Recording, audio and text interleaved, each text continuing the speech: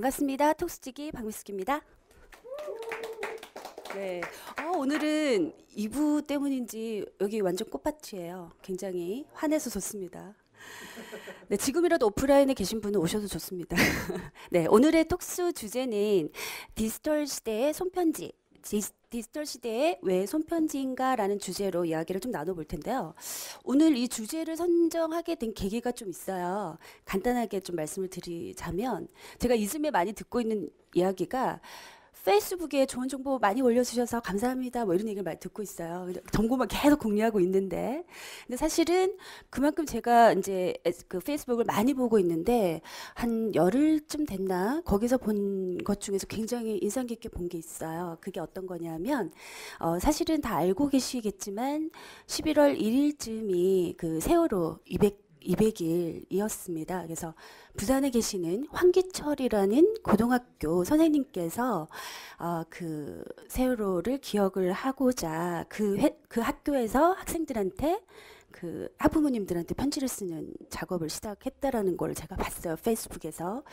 그래서 사실은 저도 예전에 좀 편지를 잘 쓰는 편이었지만 막상 그 손편지에 대한 얘기를 듣고 보니 또 세월호에 대한 얘기를 듣고 보니 어떻게 써야 좀 잘 전달을 할 수 있을까라는 좀 생각을 했고요.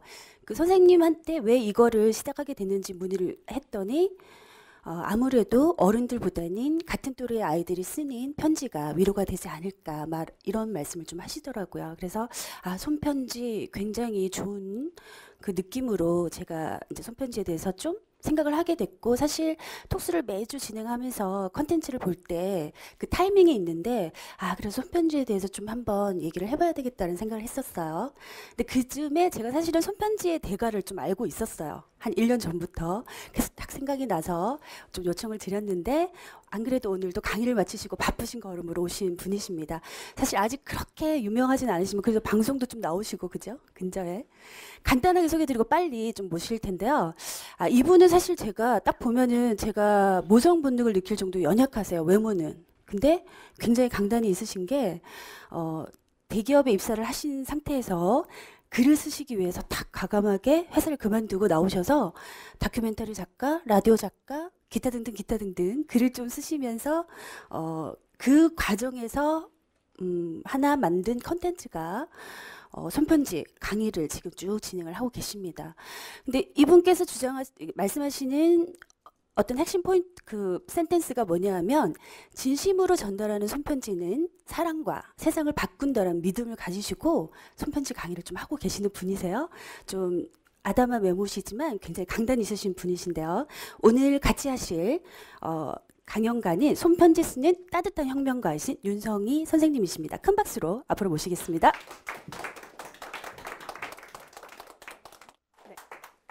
네, 저는 윤성희입니다. 디지털 시대에 왜 손편지인가? 라는 주제로 이야기를 좀 하려고 하는데요. 네. 손편지 써본 기억 있으신가요? 몇 달 전에. 네, 최근에 언제 쓰셨나요? 빼빼로 데일 때. 네, 그래도 오늘 오신 분들은 굉장히 손편지에 좀 관심도 있으시고 직접 써보시기도 하신 분들인 것 같아요. 네, 이게 자료가 아직 준비가 안 됐나요? 네. 예. 보여드리고 싶은 것들이 좀 있어서. 그럼 가장 기억에 남는 편지 혹시 있으신가요? 내가 받았거나 썼거나 했을 때. 연애 편지, 네. 또! 군대에서 썼던 편지 나와야죠, 빨리. 남자들은 대부분 기억 너머 저편에 있는 군대에서 있는 편지 얘기 많이 하시고요. 연배가 좀 있으신 분들은 아들이 군대에서 보낸 편지, 요즘 젊으신 분들은 군대에 썼던 편지, 보냈던 편지 이렇게 얘기를 하시는데, 행운의 편지 얘기하시는 분들도 계세요. 뭐 7일 동안 7통의 편지를 써야 한다는 행운의 편지 이야기도 있는데, 저는 제일 기억에 남는 편지가 한 통 있습니다. 제가 이제 편지 쓰기 강의를 쭉 하다 보니까 하면 관계를 맺는 사람들하고 제가 편지를 보내드려요. 그럼 뭐 받기도 하고 하는데, 한동안 편지를 계속 많이 쓴 적이 있었거든요. 또 어느 날 외출을 하려고 딱 나갔는데 저희 집 우편함에 빨간색 봉투에 사람 글씨가 보이는 거예요. 설렜죠. 누가 나에게 보냈을까? 제가 그동안 보낸 수많은 편지들을 막 떠올리며 가서 딱 집었어요. 글씨를 봤는데 낯익어요. 글씨가 이상하다 봤더니 제 글씨인 거죠. 반송된 편지였던 거예요. 예. 그런데 그럼에도 불구하고 사람 글씨를 보는 순간 제 마음이 막 설렜다는 거죠. 청구서 사이의 사람 글씨. 제가 그거 편지를 발견을 하면서 아, 내가 이렇게 내 편지일지언정 가지러 가면서 이렇게 마음이 설렜으면 다른 사람도 분명히 설렐 것이다. 더 열심히 편지를 써야겠다라는 생각을 했습니다. 21세기는 소통의 시대라고 우리가 주로 이야기를 하죠. 그런데 저는 과연 소통의 시대인가? 한번 생각해 봐야 되지 않을까 싶어요. 그래서 휴대폰과 SNS로 소통을 한다고 계속 소통을 해요. 카톡도 주고 문자도 주고받고 하지만 네, 여러분들이 생각하기에 휴대폰과 SNS 소통이 정말로 된다고 생각하시나요? 어떻게 생각하세요? 되는 사람하고는 되고 네, 되는 사람하고는 되고 아닌 사람은 아니고 궁금했습니다. 손편지도 소통의 도구이고 SNS도 소통의 도구인데 두 가지의 차이점이 뭘까 물어봤어요. 사람들에게. 댓글이 올라오기 시작했습니다. 이런 댓글이 올라왔죠. SNS는 불특정 다수에게 내가 하고 싶은 말을 하는 거예요. 그러나 손편지는 내가 하고 싶은 사람을 딱 정해서 한 사람을 향해서 쓴다는 거죠. 그래서 SNS는 보거나 말거나 내가 하고 싶은 말을 쏟아내고 손편지는 꼭 봐줬으면 하는 것들을 쓴다는 거예요. 이에도 굉장히 비슷한 이야기들이 많았는데 마지막 댓글이 평정을 딱 해줬어요. SNS는 분장이고 손편지는 쌩얼이다 라고 이야기를 하더라고요. 예. SNS에서 사람들이 속마음을 드러내지 않는다는 거예요. 내가 외로워도 슬퍼도 셀카 찍으면서 막 나 행복해요 이렇게 올리잖아요. 나 이런 거 먹었어요 막 올리고. 하지만 손편지를 쓰다 보면 진심이 나온다는 거죠. 내가 이런 일 때문에 슬프고 내가 지금 이런 일이 있고 해서 내 이야기를 전달하게 된다는 거죠. 그런 차이가 있는 것 같더라고요. 우리가 진짜로 마음을 주고받기 위해서는 손편지를 써야 된다고 저는 생각을 하고 있고 그래서 강의를 하고 있습니다. 이 편지들은 제가 쓴 손편지들이에요. 그래서 그러면 손편지의 힘이 도대체 뭐가 있냐라고 이제 물어보실 것 같아요. 그래서 제가 준비를 했는데 저는 손편지의 힘 3가지를 꼽고 있습니다. 하나씩 한번 이야기를 해드릴게요. 첫 번째는요. 삶을 위로하는 공감꾼이라는 거죠. 공감이라는 건 그 사람의 마음을 읽어주는 거예요. 그 사람의 마음을 읽고 그래 나도 그래 너 그러니 그래 맞아 끄덕끄덕 해주는 게 공감인데요. 공감의 사례를 가장 잘 보여주는 것을 좀 가지고 왔습니다. 세월호 참사가 일어나고 이제 안산에 있는 한 마트에 셔터가 내려져 있었고요. 거기에 이런 글귀가 써 있었죠. 단원고 우리 숙모기를 지켜주세요 라고 그 집 이제 어머니가 붙이고 하셨어요. 며칠 후에 사람들이 거기에 쪽지를 붙이기 시작합니다. 며칠이 지나자 셔터는 쪽지로 가득 차게 됐고요. 또 며칠이 지나자 이렇게 셔터를 모두 다 채우게 되죠. 사진은 안 나왔지만 옆에 자판기가 있어요. 자판기 벽까지도 다 빼곡하게 사람들이 쪽지를 써서 붙인 거죠. 이것은 우리가 그 아이를 구할 수는 없지만 내가 당신의 마음을 충분히 이해하고 있고 내가 공감하고 있다는 것을 사람들이 표현한 거라고 저는 생각을 해요. 예술량의 그 전시회도 가보신 분은 아시겠지만 올라가는 계단 입구에 전부 쪽지로 도배가 돼 있어요. 그래서 그 친구한테 해주고 싶었던 말들을 다 적어 놓았는데 이런 게 저는 공감의 표현이 아닌가 싶은 거죠. 아무리 내가 SNS로 그래 너 그렇구나 공감해 좋아요를 눌러도 이 손으로 써서 붙여놓는 것만큼의 효과가 없다고 저는 생각을 해요. 그래서 이 쪽지들은 며칠 후에 다 걷어졌고요. 부모님께서 아이를 찾았다고 응원해주신 분들께 감사하다고 감사편지를 써서 붙이셨어요. 세상에서 가장 슬픈 감사편지였죠. 근데 보시면 저기 밑부분에도 이 쪽지를 본 어떤 사람이 힘내세요라고 같이 또 거기에 같이 공감을 하는 글을 남겼어요. 며칠 후에 다시 예쁜 종이에 정리를 해서 다시 인사를 남기셨는데요. 저 시민들이 썼던 쪽지는 아이와 함께 하늘나라로 보내주셨다고 합니다. 그래서 이런 게 공감이 아닌가라고 생각을 하는 거죠. 저도 개인적으로 좀 공감하는 편지를 썼던 사례가 있어서 소개를 해드릴까 하는데요. 작년 3월에 친한 선배가 문자로 연락이 왔어요. 내가 너를 이제 못 알아볼 수도 있을 것 같아. 그래도 나를 이해해줬으면 좋겠다. 뭐 이런 문자가 왔어요. 뜬금없이. 깜짝 놀라서 전화를 해봤어요. 무슨 얘기야? 그랬더니 친한 선배인데 어느 날 글씨가 잘 안 써져서 병원에 갔더니 뇌에 문제가 좀 생긴 것 같으니 검사를 해라. 그래서 검사를 했더니 뇌종양인데 수술을 할 수가 없는 부위이고 그다음에 치료를 한다고 해도 6개월밖에 살 수가 없다는 판정을 받았다는 거죠. 그래서 정말 너무 힘들었어요. 그 얘기를 듣고.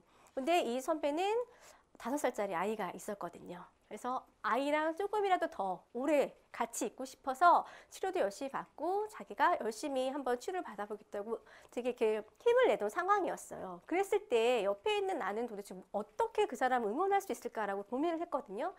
쉽게 대답이 나오지 않더라고요. 왜냐하면 제가 그런 상황에 있어 본 적이 없었기 때문에. 그래서 바꿔서 생각을 해봤어요. 만약에 내가 어느 날 그런 선고를 받는다면 사람들이 나에게 어떻게 해주기를 바랄까 생각을 했더니 사람들이 응원해줬으면 좋겠고요. 일단 너를 위해서 내가 기도한다는 것을 알려줬으면 좋겠는 거야. 그냥 몰래 혼자 숨어서 기도하는 거 말고 나한테 내가 너를 위해 기도하고 있어. 힘을 내, 용기를 내 이렇게 알려줬으면 좋겠다는 생각이 들더라고요.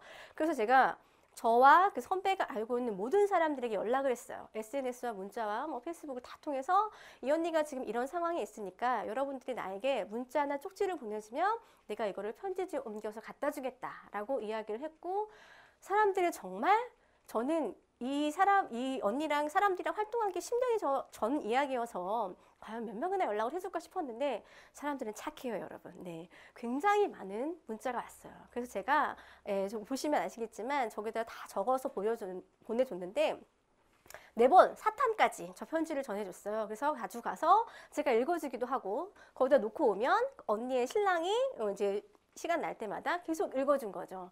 그래서 이 편지 사탄까지 보내고 언니는 6개월 선고받았지만 1년 정도 투병을 하고 올 봄에 하늘나라로 가긴 했는데요. 제가 이 편지를 쓰고 갖다 주면서 굉장히 고맙다는 이야기를 많이 들었어요, 언니한테. 그래서 편지를 하나하나 읽을 때마다 이 사람에게 고맙다고 전해줘. 이 사람에게 고맙다고 전해줘. 라고 이야기를 하더라고요. 그 뇌에 문제가 생기면 얼굴 쪽에 마비가 와요. 그래서 발음하는 게 굉장히 힘들어집니다. 그럼에도 불구하고 자기의 의지를 표현을 하려고 노력을 했었고 제가 그 언니가 편지를 보고 고맙다고 이야기를 하고 더 힘을 내는 거 보고서 아 정말 편지가 사람들에게 힘을 주는구나 라는 생각을 했어요. 그래서 혹시 주변에 좀 힘들어 하시는 분이 있다면 주변 사람들끼리 그래 힘내 라는 문자보다 이렇게 종이 한 장 어렵지 않거든요. 거기에 몇 줄 정도 써서 보내주는 것이 더 큰 힘이 된다는 거죠. 두 번째 힘은요. 설득하는 전략가라는 거예요. 이게 무슨 말이냐면 2PM의 우영이를 아시나요? 네. 이 아이는요. 가수가 되고 싶었지만 아버지가 굉장히 심하게 반대를 하셨대요. 그래서 어느 날 댄스학원에서 밤새도록 춤을 연습하고 있었는데 아버지가 얘를 잡으러 온 거죠. 그래서 얘가 이렇게는 안 되겠구나. 내가 아버지를 설득을 해야겠다라는 생각을 하고 아버지한테 편지를 쓰기 시작했어요. 그래서 한 달에 3번씩 2년 동안 편지를 썼다고 합니다. 70여 통의 편지를 보내고 아버지를 설득을 했어요. 내가 왜 가수가 되어야만 하는지, 나이가 가수가 어떤 의미인지 이런 내용으로 편지를 썼고요. 아버님께 여쭤봤더니 아버지가 읽었던 편지 중에 가장 기억에 남는 것이 우영이가 마이클 잭슨 같은 뮤지션이 되고 싶다. 아버지가 허락을 해줬으면 좋겠다라는 이야기를 썼을 때 내가 아이의 꿈을 허락을 해야겠구나라고 생각을 해서 허락을 하셨다고 합니다. 그래서 편지 때문에 자기는 가수가 됐다는 거를 TV 방송에 나와서 이야기를 한 적이 있어요. 그 다음에 한석규 씨 또한 백야행이라는 영화에 편지 때문에 출연을 하셨습니다. 백야행이라는 영화는요, 19년 동안 살인의 흔적을 찾아가는 형사의 이야기예요. 그래서 한석규 씨가 시나리오를 보고서 19년이라니, 19개월도 아니고, 내가 너무 이건 힘들 것 같다라고 고사를 하셨어요. 근데 감독은 한석규 씨가 출연하기를 원하셨던 거죠. 장문의 편지를 썼습니다. 이 영화가 어떤 의미이며 왜 한석규여야 하는지를 쓰신 거예요. 편지를 받아본 한석규 씨가 마음이 흔들렸어요. 그래서 만났습니다. 감독을 만나서 이야기를 하다가 오케이, 내가 출연하겠습니다라고 해서 출연을 하게 됐다고 하죠. 이 외에도요, 그 감독들이 그 배우들을 캐스팅하기 위해서 편지를 쓴 사례는 국내를 막론한 것 굉장히 많이 있어요. 사례들이 굉장히 많이 있고요. 또 하나 사례 누군지 아십니까?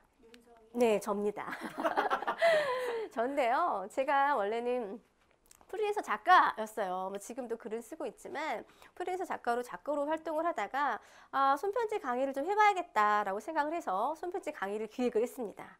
그래서 기획서를 다 쓰고 근데 제가 그거 갖고 있으면 누가 제가 강의를 하는지 모를 거 아니에요. 그래서 이제 홍보를 해야 되는데 어떻게 할게 하다가 손편지로 제안서를 썼어요. 국내에 있는 보험사 리스트를 다 뽑아서요. 설계사들을 위한 그 강의안을 만들어서 국내 보험사 리스트를 뽑고 담당자들을 다 찾아냈어요. 거기 홈페이지 보면 뭐 영업교육팀이라고 나와 있는 데도 있고요.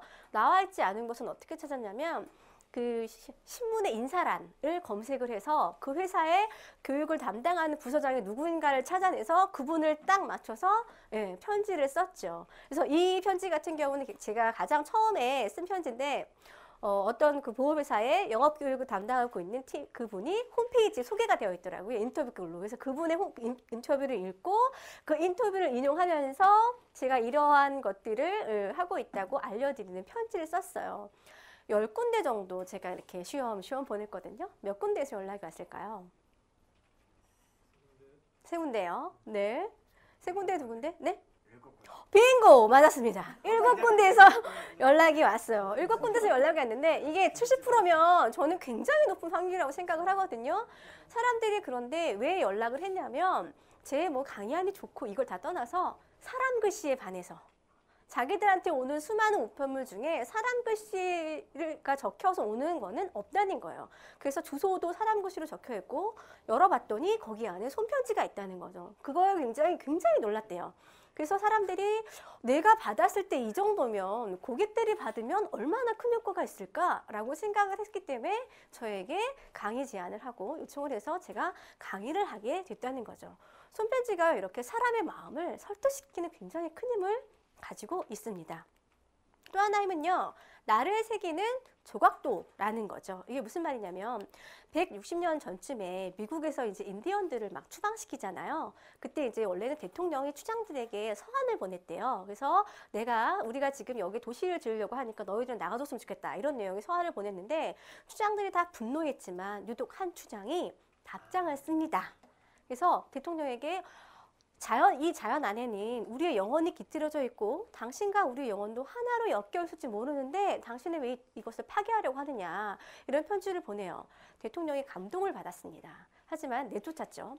도시를 지었어요. 그런데 그 편지가 계속 마음에 걸리는 거예요. 그 사람의 편지가. 안 되겠다. 이 도시의 이름을 그 사람 추장의 이름으로 하자. 한 도시가 시애틀입니다. 네. 시애틀이라는 도시는요, 그 편지를 보냈던 인디언 추장의 이름이에요. 그래서 제가 강의를 하면서 여러분들 편지 한 통만 잤으면 여러분들 도시가 생길지도 모른다고 이야기를 하곤 합니다. 손편지는 그래서 굉장히 많은 힘을 가지고 있는 것 같아요. 디지털 시대에. 그래서 저는 손편지가 굉장한 힘을 갖고 있다고 생각을 하고 있고요.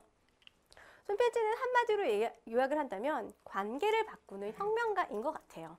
저는 모르는 사람에게도 편지를 씁니다. 제가 책을 읽거나 기사를 읽거나 했을 때 그 책에서 제가 배운 게 많으면 책의 저자에게도 편지를 써봤고요. 기사를 읽었을 때 이 기자가 내가 보지 못한 세상의 어떤 것들을 보게 했구나라고 생각했을 때 편지를 써서 내가 당신 덕분에 되게 새로운 세상에 눈을 떴다 고맙다는 감사 편지를 주로 많이 썼어요. 그래서 이렇게 쓰다 보면 제가 한 번도 본 적은 없지만 그 사람과의 새로운 관계가 또 형성이 되더라고요. 그래서 편지 쓰기 굉장히 좋은 계절이잖아요, 요즘에. 그래서 생각나는 사람들 있으면 손편지로 좀 편지를 써보면 어떨까 싶습니다. 그래서 손편지는 관계를 바꾸는 혁명가라는 것을 잊지 마시고요. 손편지 쓰기 좋은 계절에 편지 한 장 써보시기 바랍니다. 네, 감사합니다.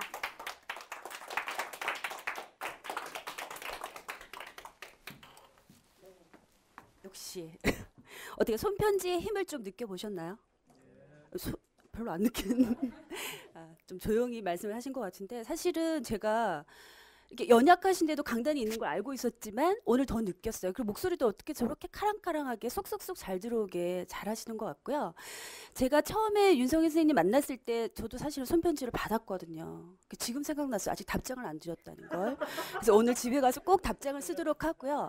또 한 분이 더 생각났어요. 저희 친정어머님이 이제 부산에 떨어져 계시는데 제가 하도 전화를 바로 끊고 나중에 할게 하고 안 하다 보니까 손편지를 써서 한번 붙이신 적이 있는데 그것도 답장을 안 드렸거든요. 오늘 가서 꼭 쓸 수 있도록 하겠습니다. 자, 오늘 톡스 여기까지입니다.